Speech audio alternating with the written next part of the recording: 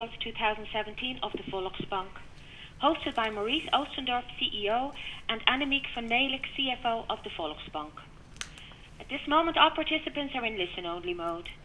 After the presentation, there will be an opportunity to ask questions. I would now like to hand the call over to Mr. Maurice Oostendorp. Go ahead, please, sir.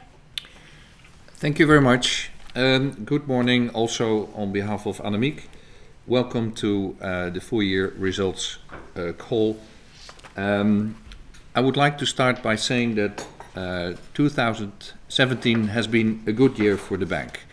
We've continued the trend that we've started after we sort of redefined our strategy in 2016 and showed the first year of this four-year plan in which we made good progress on almost all of our targets.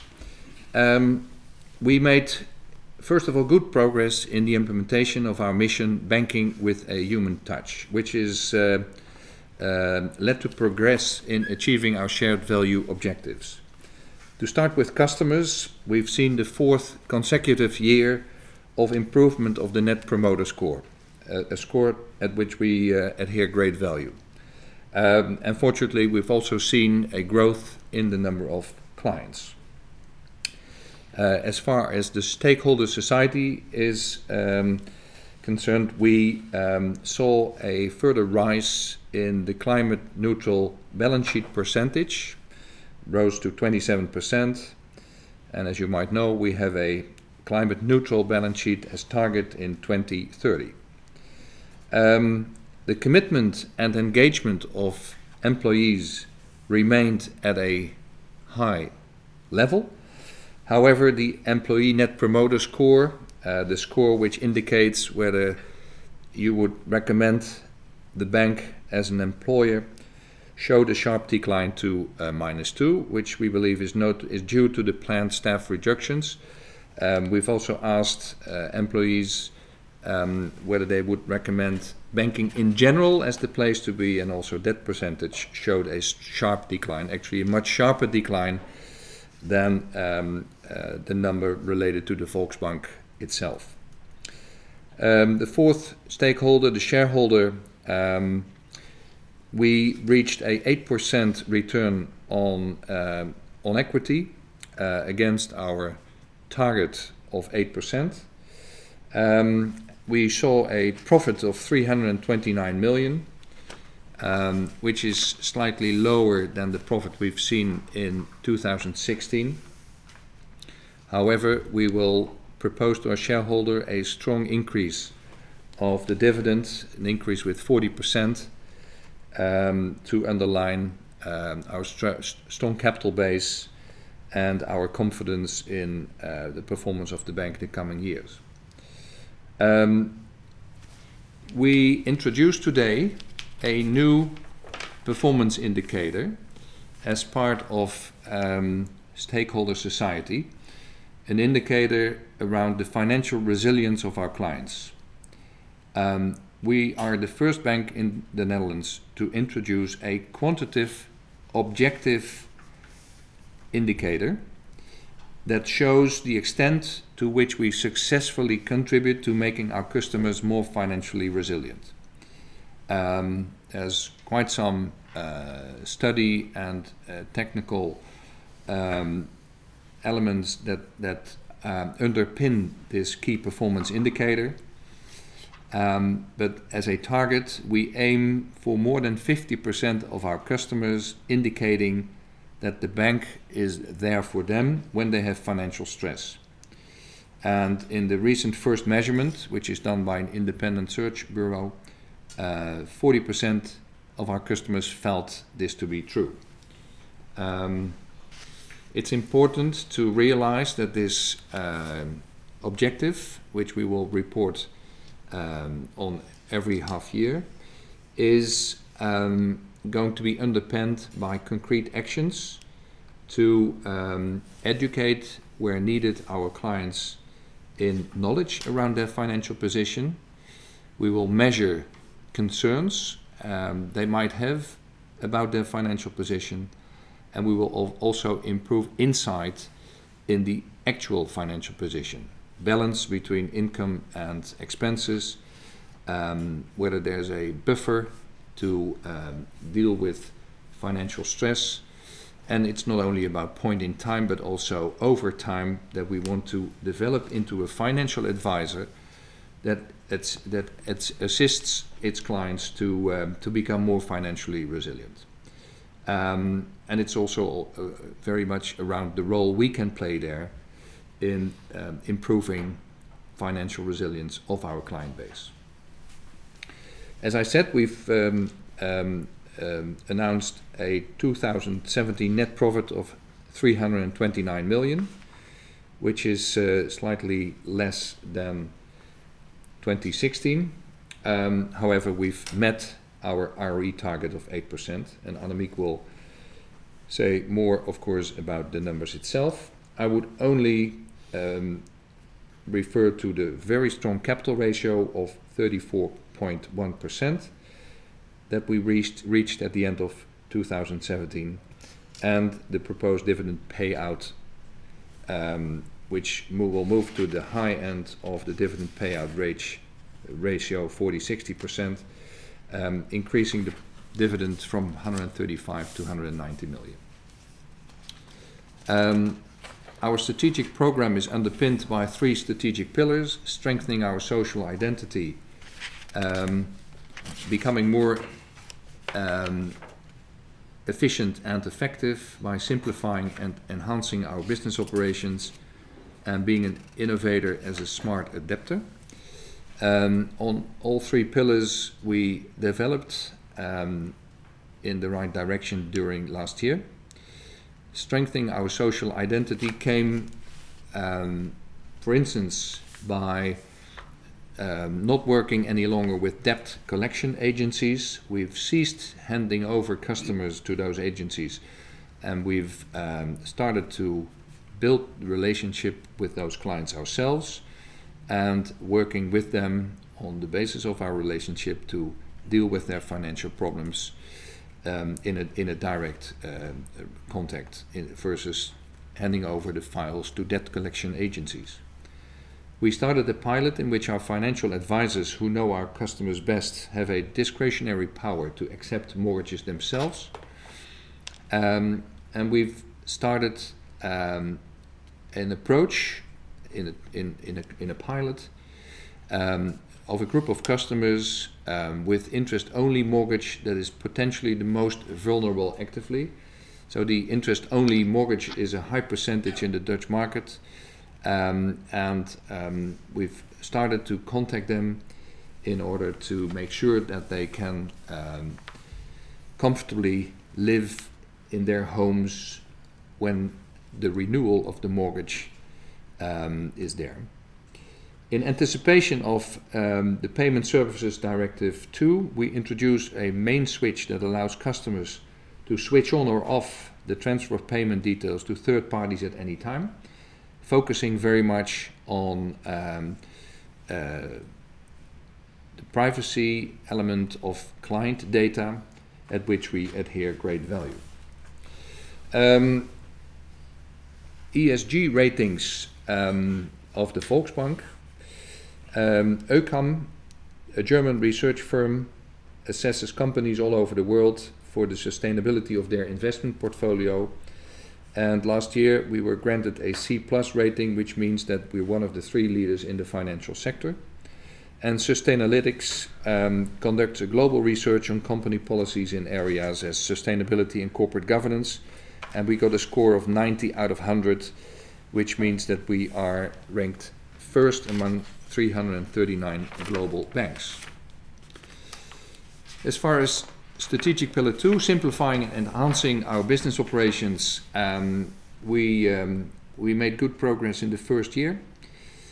The initiatives are primarily aimed at straight-through processing, increased digitization, optimization of support functions, and further automation and optimization of the IT processes, and a moderation of our remuneration policy. As of this year, also staff that works under the collective labor agreements is not entitled to any variable compensation any longer. We've mentioned before that we expect a decrease in the number of jobs over the coming years of around 800 to 900. In 2017, we've seen the first step of that transformed into a reduction of over 120 FTE in last year. We've also simplified the top management structure. The number of senior management positions will be reduced from 47 to 30 by the end of 2020, but we've taken already a very important step for that in 2017. Innovating as a smart adapter, the third strategic pillar. We started a pilot with a what we call 1-2 app, which enables the client to select their own contact person from a group of colleagues. And once we have been able to look at the first results of the pilot, the objective is to roll this out throughout all the brands of the bank. We've started experiments together with startups and partners to help customers gain a better understanding of the ecological and social impact of their payment behavior. And also we've started pilots in which we can use artificial intelligence and customer transaction data to indicate how much house a customer can afford. You're familiar with our long-term objectives, and they're mentioned on page 10. We're well underway meeting all those long-term objectives, and I would highlight again that we introduce this new performance indicator as part of stakeholder society around financial resilience of our clients. A few words on the commercial developments. The overall customer satisfaction level of all the brands improved. The weighted average improved for the 4th consecutive year, and of course we strive for a further improvement this year. We've seen a continued customer growth driven by the increase in current accounts. Also here we adhere great value to that increase because we take it as a positive decision of every non-client to decide to bank with one of our brands, and in the market that represents the new current accounts, our market share is 20%, which is substantially above our, I would say, portfolio market share, which is around 8%. A very strong element of our performance last year is the growth in new retail mortgage production. I would say for the 5th consecutive year, we've seen an increase of the market share in new retail mortgage production. That market share has now reached our market share in portfolio terms, which means that in 2017 the production was higher than the level of redemptions, which led to an overall increase of the portfolio with more than 1 billion, and we're very pleased with that. Our market share, retail savings, stayed at 10.8. Despite the low interest rate levels on saving accounts, the Dutch market kept its balance in saving accounts, and we're very pleased with that as well. That ends my introduction to the results of the bank, and I would like to hand over to Annemiek. Thanks, Maurice. Over to the financial results. If we look at our net profit of 329 million, that came in 20 million lower than last year, which was predominantly driven by a lower release of loan provisioning. Similar trend that we also saw on the adjusted net profit level, whereby we adjust for fair value movements in the DBV mortgage portfolio and the restructuring provision of last year. That came in at 316 million euros, and the decline there was also mainly related to a 44 million lower release of net loan provisions. Last year we had 24 million, of this year we had 24 million in a loan loss release, and last year that was 68 million. This year we there only benefited from the macroeconomic improvements, whereas last year and the year prior to that we still benefited from the professionalization and really catching up of our arrears department, which had to go through large work supplies. And that professionalization or catch-up, if you may say so, has more or less been finished. So we're now, we see the releases coming through, but they're now only based on the macroeconomic improvements. The 316 million euro of net adjusted profit led to a adjusted return on equity of 8.7%, which is obviously built on a rather strong capital position, with our Core Tier 1 nearing 34.1% at year end. If you look at H1 versus H2, we see the trend of net profit declining a bit further in H2.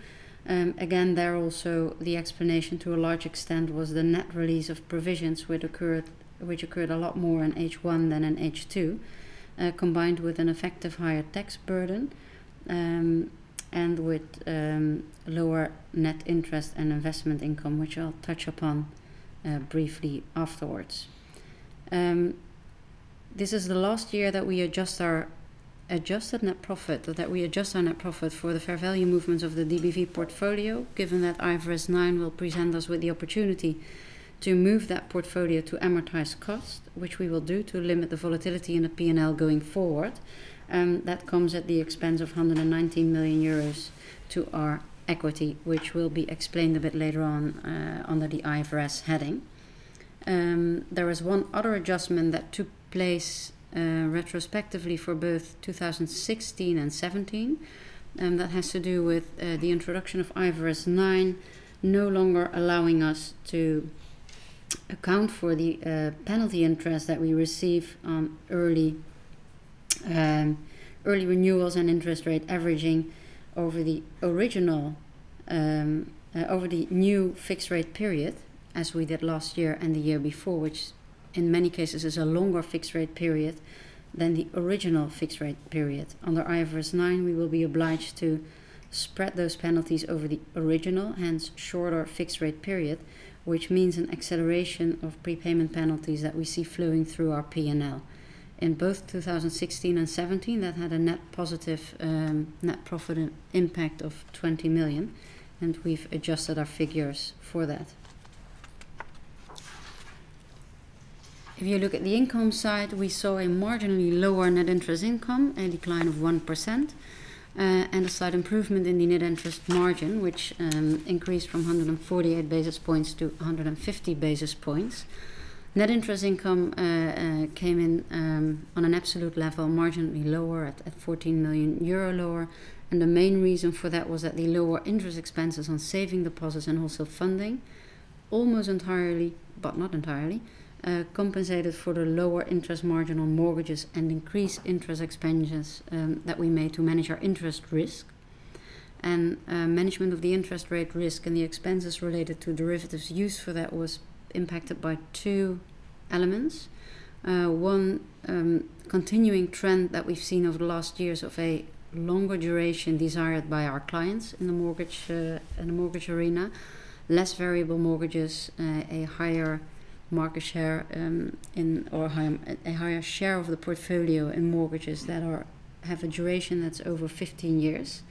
And that increased duration of our portfolio also requires more interest rate management. And the second reason was the introduction of a renewed prepayment model, which is a more behavioral model, true update from the last model, but that also led to a longer duration of mortgages. It also impacted therefore the total duration of the bank. We introduced that model around the half year, around June. And in June and May, to mitigate the increased duration that was due to that model, we entered into quite some derivative transactions to mitigate that interest rate risk. Now the full P&L effect of those transactions was visible in the second half of last year, which is also one of the main explanations why you see a drop in the net interest income from the first to the second half of last year. Net fee and commission income decreased slightly, mainly had to do with the absence of income from SNS securities and the reclassification of Regiobank distribution phase, which were not entirely offset by an increase in fees for assets under management. And we saw a decrease in our investment income, but that was largely due to the absence of a 10 million gain that we had last year on the sale of our share in Visa. If we then go to the operating expenses, we see on a total operating expenses level a decline of 6% from 642 million to 603 million. If we adjust for the restructuring charge that we took last year, and if we adjust for regulatory levels, we see a slightly lower adjusted operating expenses of -1% from 564 to 560, which was despite 20 million addition to non-credit related provisions, and that 20 million last year was 1 million. If you would exclude those additions to non-credit provisions, you would see a lower operating expense line, which was the impact, the first positive impact coming through of our efficiency programs, which is also reflected in the FTE decrease, where on the internal FTE basis we see a decline of 123 out of the over 3,300 FTEs that we had last year. We do see a small increase in the external FTE that's predominantly related to some regulatory compliancy projects, just like transaction monitoring. Now, the additions that we made for our non-credit provisioning of 20 million, those include a restructuring charge of 8 million. Last year we presented our restructuring charge, given the magnitude of that charge last year, as a one-off. This year it's just a regular restructuring charge of 8 million that we've not presented as a one-off. And in addition, those non-credit related provisions also included some costs related to assisting various customers with their interest-only mortgage or with their personal loan, and it also had to do with moving away from the debt collecting agencies and making some costs to facilitate to provide that service in-house. If you look at H2 versus H1, H2 costs were a bit higher, predominantly due to the planned marketing activities and some consulting fees for projects that were all planned in the second half of the year. The transaction monitoring impact and costs related to that was also in the majority reflected in the second half of last year. The quality of the credit portfolio continued to improve, as you can see on the next slide. We currently have around 1.2% of the total book being in arrears, and the default percentage lowered to 0.6%, which equates to around 300 million of mortgage loans that are actually in default. That further improvement of the portfolio had an impact on the provisioning levels, which still saw a net release of 24 million. But as I've said before, that was a far less net release than the 68 million that we actually saw last year, when we still had the benefits of the catching up and the professionalization that our arrears department did. On the capital ratios, we saw another increase of our already relatively good Core Tier 1. Our Core Tier 1 ended at 34.1%. During the year, helped by both an increase in Core Tier 1 capital as well as a lowering of the risk-weighted assets. Our risk-weighted assets lowered by 1 billion, and the risk weight of our mortgages lowered to 13.5%. On the leverage ratio, we posted 5.6% on a fully phased-in basis and 5.5% on a transitional basis. Now, clearly the capital position enables us to move to the upper bandwidth of our dividend payout ratio, which was 40 to 60%. Last year we paid 41%, and this year we propose to use a payout ratio of 60% and dividend 119 million to our shareholder NLFI.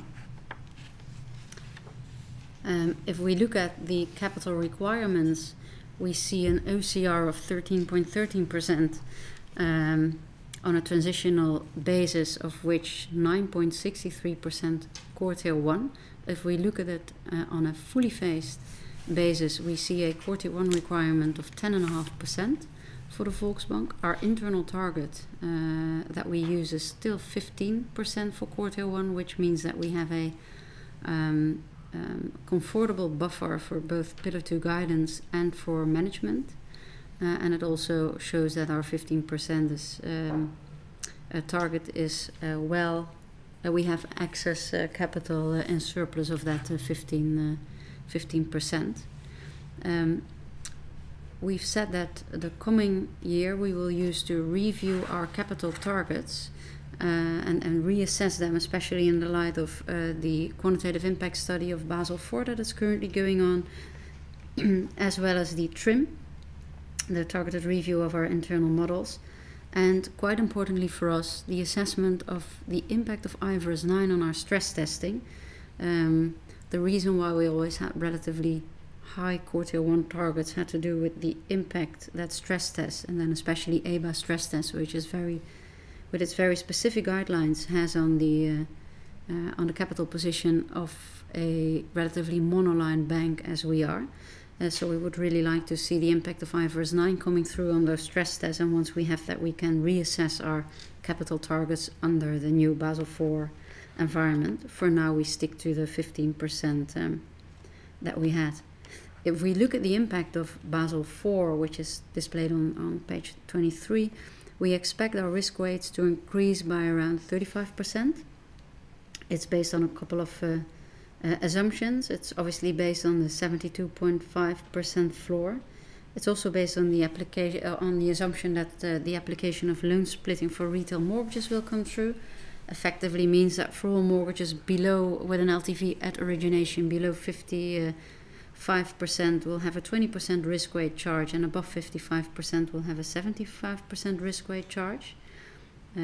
We also assume that the NHG government guarantee is used as a credit risk mitigating measure, and we've taken the assumption that on 10% of the retail mortgage loans we do not comply with the documentation requirements. We don't know yet exactly what the documentation requirements will be, but we just wanted to have a bit of a buffer in there once they come through.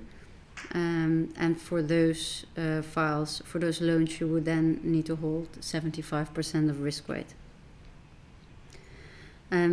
The increase of 35% in RWA corresponds to a decrease of our core tier 1 ratio by more than 8 points.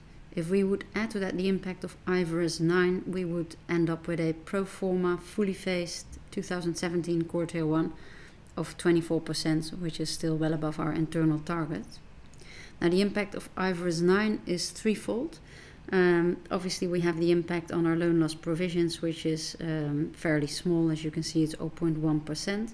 We also have an impact that's rather specific for the Volksbank, given that we took the opportunity of IFRS 9 to change our DBV mortgage book from fair value to amortized cost, which took a hit of 119 million to our equity, but prevents a lot of volatility in the P&L going forward.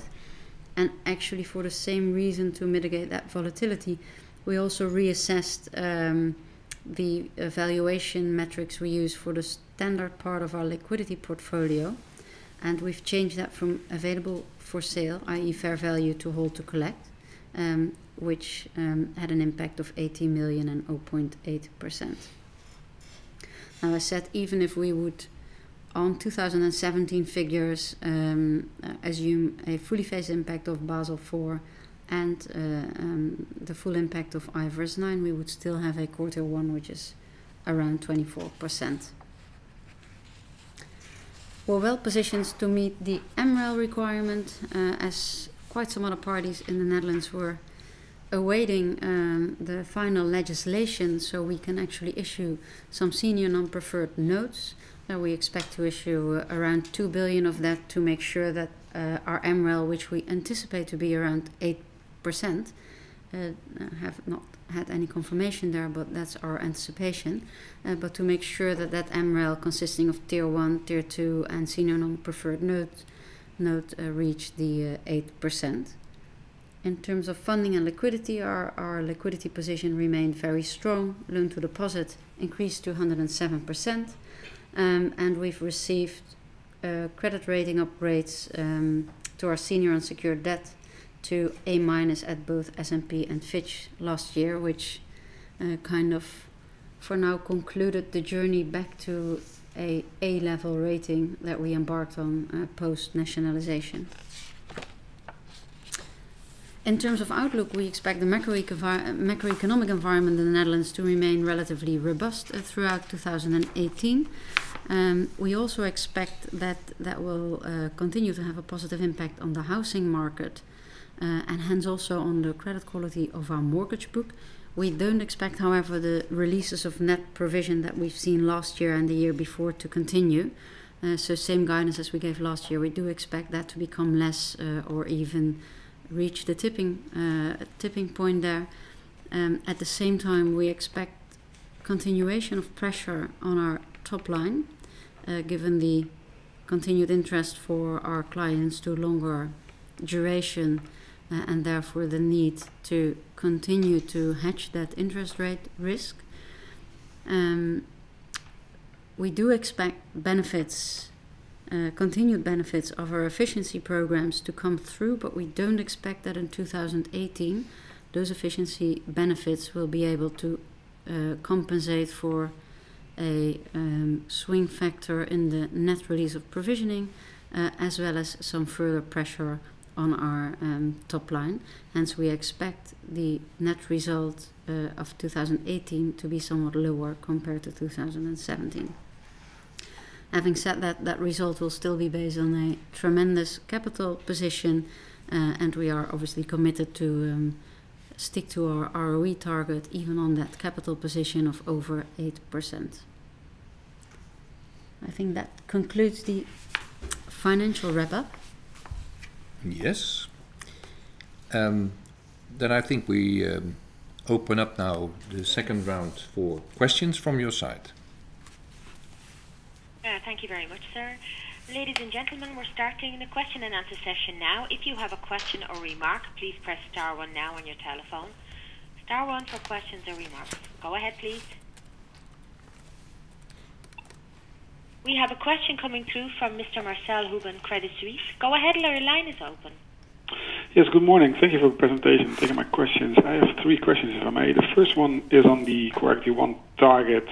I know you said you might revise it based on Basel IV, but it seems to me right now it's particularly high. I was just wondering what is driving the roughly 450 basis points of management buffer in that target. The second questions are mostly related to the mortgage market in the Netherlands. Can you say anything about the spread, the difference between the back book and the front book? One of your domestic peers said there was almost a roughly 20 basis point spread between the back book and the front book. Do you see a similar trend on this? And then the last question is on the mortgages again, on the number of transactions. You highlighted that it might decline for 2018 versus 2017. But do you think that the increase in property prices will offset that roughly? And do you think you can keep volumes roughly flat for 2018 as well, based on roughly lower transactions, but also the change in amortization-only mortgages as of 2013? Thank you. Okay, let me start with the first question on the Core Tier 1 target of 15%. We do realize we have a relatively large management buffer in there, but that's also related to the way that the bank with the profile that we have is impacted in stress testing. And to reflect that potential impact, I guess we will always have a relatively larger buffer or a somewhat higher Core Tier 1 target than our peers. And at the moment we feel comfortable with the buffer that's currently in there. If you look at the margin question, we do see margin compression. We don't disclose specific margins on mortgages, and as you can see in a total level the net interest margin remained relatively robust, but that was predominantly due to the lower level of average assets. If you look at the way for instance, a 10-year NHG mortgage has performed, the interest rate on that mortgage versus the swap, you can clearly see some compression there, where we, in around year-end 2016, were pricing mortgages, 10-year mortgages, at around 170 bips versus a swap rate of, at that point in time, slightly over 50 bips. You clearly see that swap versus 10-year price was around 110-ish basis points.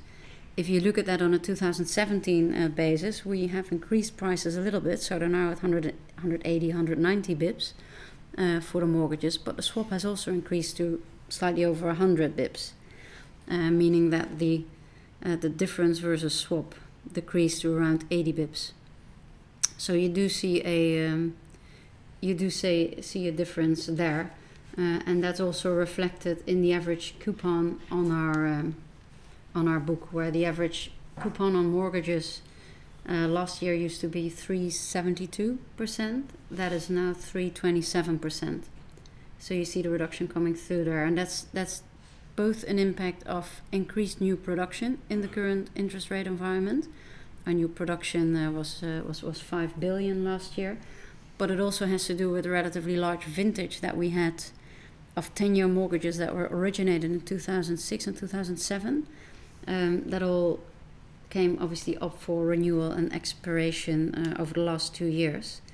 And the interest rate averaging that people or early renewals that people also really took advantage of. So we do see some continued margin compression on mortgages there, realizing as well there that on the savings rate, with the rates as low as they currently are, we are obviously slowing down the rate decreases that you've seen there in the past. And your question related to volume, whether we would expect mortgage volume and production there to continue. We, for this year, still expect relatively healthy production of mortgages. As you said, as you already thought yourself, that's predominantly also related to the continued expected price increases of houses in the Netherlands, which will to some extent most likely compensate a potentially lower transaction level, given the level of supply that has really dried up in the market at the moment. Obviously, we do see that the new mortgages are all redeeming, and that is coming in. But we don't expect for the next year that impact to already be that large that we would see lower net production figures.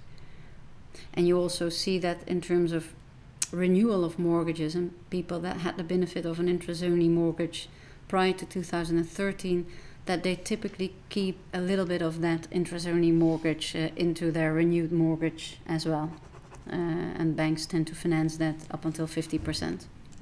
So not all new production is done on a linear or annuity redeeming mortgage, but there is also still some interest-only mortgage new production. Okay, thank you. Just to come back on the margins, just more of a technical question, really. You compare it to the 10-year swap rate, but how does the regular savings or the funding cost of a bank come into place? So how does that correlate with each other, with the swap rate, but as well as your funding costs as a bank? Well, I guess you know as well as we do that you can write tons of books of internal transfer pricing, and we also have an internal transfer pricing method there, where we obviously also take the cost of funding, be that retail funding or be that wholesale funding, into account, as well as the cost of actually steering and moving towards the desired duration and the desired earnings at risk profile. Okay, thank you very much. Ladies and gentlemen, if there are any further questions or remarks, please press star 1 now on your telephone.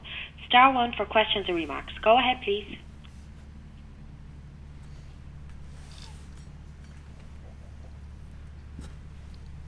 We have no further questions at this time. Please continue. Okay. If there are no further questions, then I would like to thank you on behalf of Annemiek and the Investor Relations team for your attendance in this call. As always, if further analysis of our documentation leads to any questions, you know where to go to. And thank you for calling in this morning. Bye-bye.